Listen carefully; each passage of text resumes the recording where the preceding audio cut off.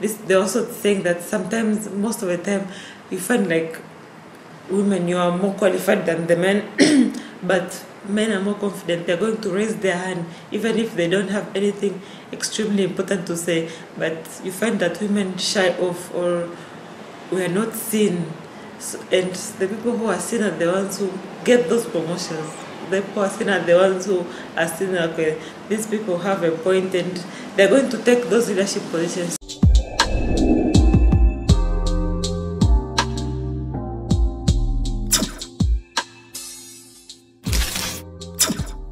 Hi guys, welcome back to my channel. I hope you guys are doing well. So today I want us to talk about this book called Lean In. Here,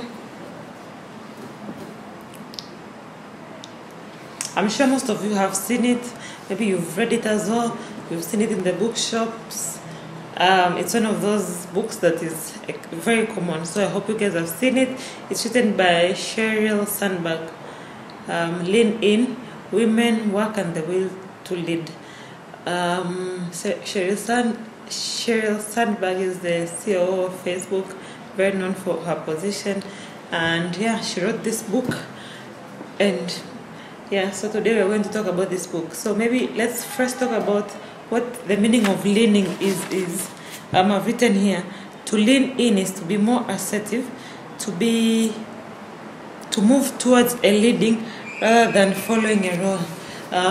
I think this book, Sherry wrote it just so as to encourage women to take up more leadership positions, to stop being in the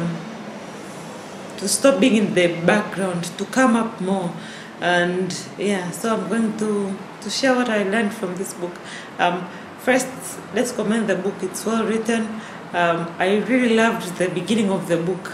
I feel like I also got I got a general feeling of the book in the first few pages, and then suddenly I think from midway towards the end I was just rushing through the book. But I think I got the sense of, okay, this is what the book says, and this is what it is teaching us to be, us as women, us as career women. So let's get right into it. I think the first thing that I got clearly from the first few pages of the book was about choices. It was about just choices. Sherry was just talking about in the past generation where I think there was a lecture or something given by a woman, or I don't remember, and she was like, in the past generation women had to really struggle so that we can get rights which include working rights, which, yeah, so many of these rights that right now we take for granted. Probably somewhere in history women fought for this right. And then so this woman was speaking and she was saying, when we were giving choices to women, we didn't think so many of you would also choose not to work. So she was just saying that, okay, women now have a choice to go to work, or women have a choice to go to work. But when women were fighting for rights, they also did not anticipate that so many other women are going to choose not to go to work. And okay, this was quite an important point to me personally, who has also thought of I got a baby, I have a baby, and there was a time I was like, oh, I wish I would just stay home and be with my baby. And yeah, it just hit home. Nothing major. It's just like, okay, there are women who fought for a right, and now we are going to work. And I mean, everyone has a choice. And yeah, another thing that I learned from this book is that there's a leadership ambition gap. Statistics show that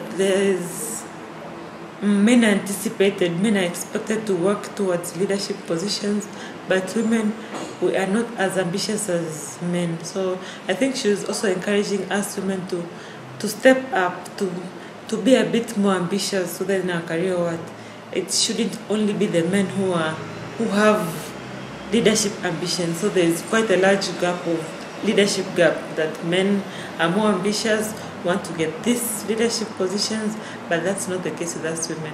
An important thing that she raises in this book as well, Lean book, is that she's encouraging us to sit at the table. Let us sit at the table. She was giving examples of sometimes you find maybe she's at work and maybe they're in a room, but sometimes just you find some.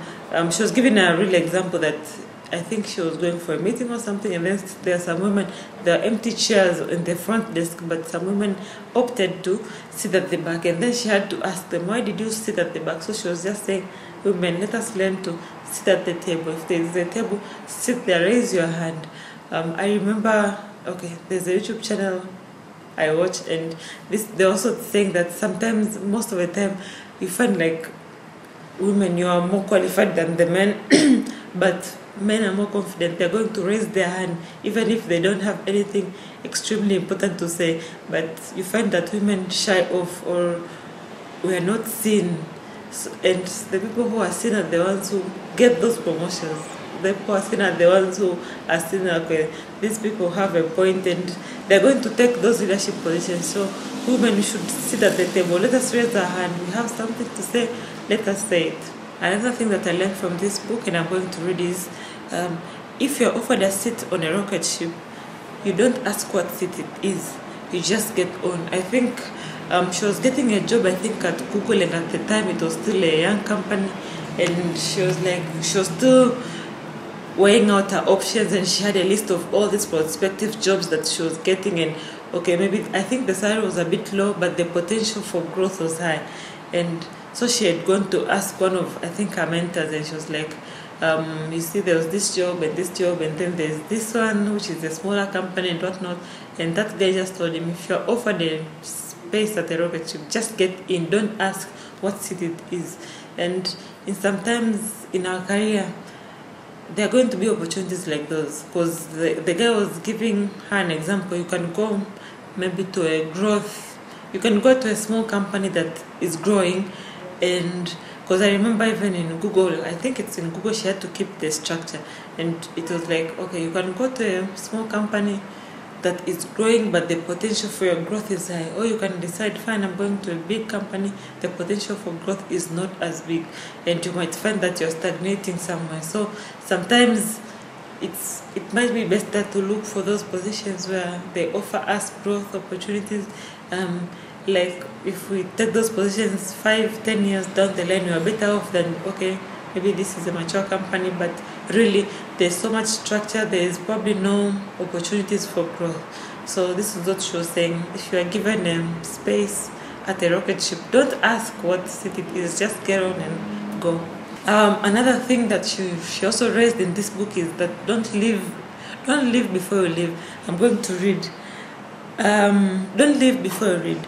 Anyone lucky enough to have options should keep them open. Don't enter the workforce clearly looking for the exit. Don't put the brakes, accelerate. And she's talking about women. Okay, maybe we are going into the workforce, but we've already from a very early beginning, we were told that, okay, fine, you can't have it all, you can't balance motherhood, you can't balance career. So sometimes we enter the workforce already thinking that, okay, fine, I'm going to exit soon. So we are not, whether it is ambitious or what. So we enter the workforce already thinking about, okay, when am I going to exit?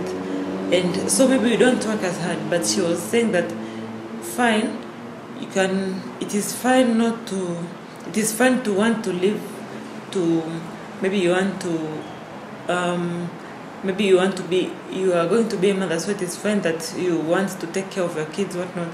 But in the beginning, before you have all these opportunities, before you have all these responsibilities, why don't you work so hard so that by the time you want to leave, you've already set a stable ground. So don't leave before you leave. Like if you are going into the workforce now, just work hard before you get all these responsibilities. You get kids and you have to always think of, okay, what am I giving up today and whatnot. But from an early age, if you enter the workforce and decide to work hard, maybe you're going to get those promotions early on, maybe you're going to get that leadership position early on, so that by the time you actually want to step away and probably you want to be a mother full time or take all these other things you want to take, then even if later on you want to go back, you can still go back to a better, either a better role or a somewhat higher role, instead of going into the workforce and already thinking, okay, fine, I want to leave soon, and yeah, you don't work as hard. By the time you leave, you don't even have options. So I think she's just trying to say, let us have as many options as possible in an early age. And yeah, when we leave, we can leave, but you never know. Maybe one day you'll want to come back, and it might be just better if you come back to that higher role. So overall, I think this is a very good book. This is a very book for young ladies, career women, especially people who are just starting out, because I think the main aim of the book is to inspire us women to work hard, to take up these leadership positions. And yeah, to take up these leadership positions, I think an important thing is that if you have options, she just says that let us learn to keep our options open. And if you want to step away later on, it's fine. Like, you can decide that, okay, fine, I'm not going to be a career woman, fine, it's fine.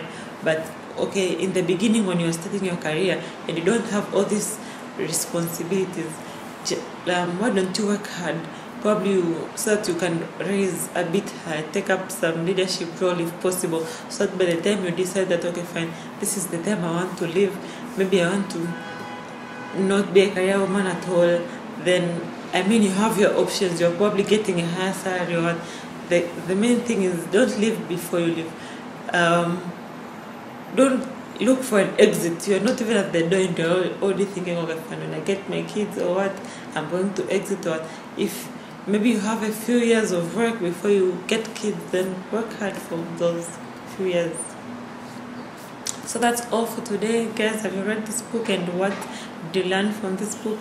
If you have any comments, leave them in the comment section below. If you've not subscribed to my channel, please subscribe. I'll see you next time. Bye.